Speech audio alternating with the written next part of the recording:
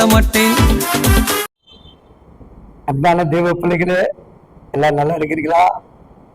நிச்சயமா ஆண்டவர் உங்களை எல்லாரையும் நல்லா வச்சிருப்பார். ஏன்னா அவருடைய பிள்ளைகளை எப்பொழுதும் அவர் கைவிடுவதில்லை. நீங்க உண்மையா தானே அவரை தேடுறீங்க, உங்களுடைய இருதயத்தோடு தானே அவரை தேடுறீங்க, அவர் மேல நம்பிக்கை வச்சுதான் நீங்க அவரை தேடுறீங்க. அப்ப எப்படி அவர் உங்களை கைவிட்டுருவார் இல்லையா? கைவிட மாட்டார் இல்லையா? குடும்பத்துல இருக்கிறவங்க ஒருவேளை நம்மளை கைவிட்டுலாம், ஒருவேளை அவங்ககிட்ட நீங்க உதவி கேட்டு இருக்கலாம், உதவி செய்யாமல் மறுதளித்து போயிருந்திருக்கலாம்.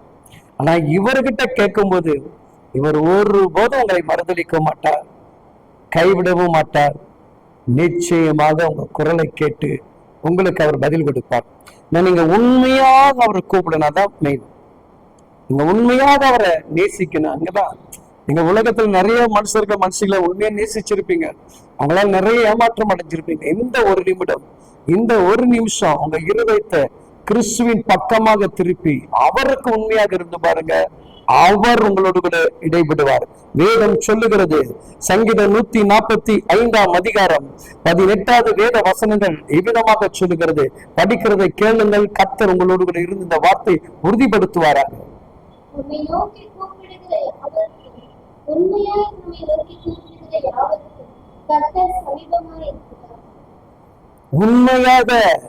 உண்மையாக நீங்க கூப்பிட்டீங்கன்னா உங்களுக்கு அவர் உதவி செய்ய வல்லமை உடையவர்.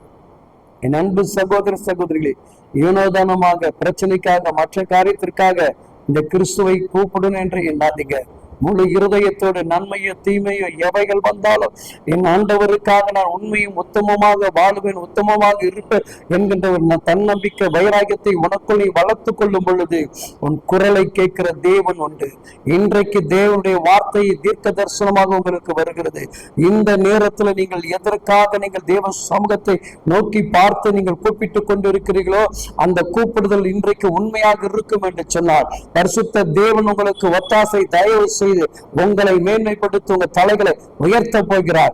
இன்னைக்கு கூப்பிடுகிற உன் குரலுக்கு பதில் உண்டு சகோதரா, உன் குரலுக்கு பதில் உண்டு சகோதரி. இதோ தேவன் அருகில் இருக்கிறார், உன் சமூகத்துல தேவன் பக்கத்துல இருக்கிறார், உன் வீட்டுக்குள்ளதான் கர்த்தர் இருக்கிறார். நீ எதை குறித்து கலங்காதே.